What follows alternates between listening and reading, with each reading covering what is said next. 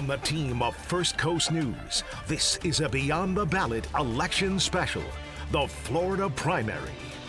We'll continue our Florida primary election coverage. We're joined by First Coast News political analyst John Daigle to talk about the impacts of tonight's outcomes. A lot to decompress here, but first let's talk about voter turnout. Strong in some counties, not strong in others. And I'm still digesting that and trying to figure out. There's some strange patterns. We saw turnout in some neighboring counties like Baker where it was above 50%.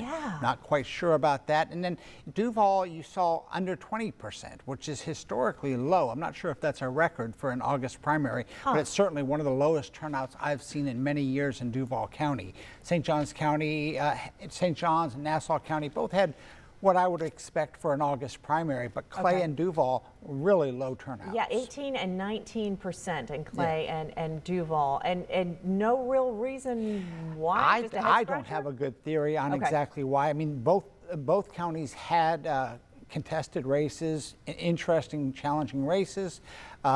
I really just don't have a strong explanation for why Duval would be that low for this particular primary. Okay, let's talk about Florida Senate District 7. This is the race between Leek and Shore and Jerry James. Yes. And Shore not doing well even in St. Johns County. Right. He was sheriff for 16 years. Yeah, I mean, typically there's a pretty good correlation between how much money is spent in a race and how well candidates do. There were several races today where that didn't play out. There's the Leek, Shore, James race. That race certainly, there was a ton of money spent by David Shore. And Leek winning, by the way. We haven't said that, but exactly. Yeah, Leek won fairly significantly. And like you said, Shore didn't even come in second place in St. Johns County. Right. So there was really a disconnect between how much money was spent on his campaign and how well he did at the polls. Right. Okay, let's talk about St. Johns County and the races there.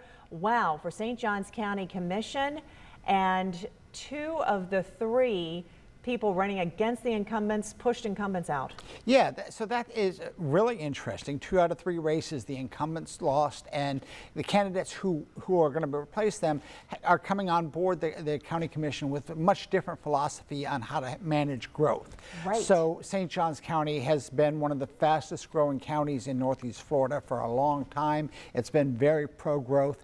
We're likely to see that now change with a majority, because there's also one other slow growth aligned candidate or person on that commission. Yes, and talking about Krista Keating-Joseph, in the fall of last year, she went before the county commission, or she was on the county commission dais and said, okay, everybody, if you want to see things changed, then you can go and vote. Well, she was censured for that. There was legal turmoil. Eventually a judge said she had the right to say what she said, even during a county commission meeting. So as you mentioned, the slow the growth feeling in St. Johns County is growing, and we saw that in the election. Yeah, and with Joseph still being on that council and the 2 new members who are going to come aboard because of today's results, the dynamics on that county commission board are likely to change dramatically. It'll be really interesting to see what happens with that. All right, thank you so much, John Daigle, our political analyst here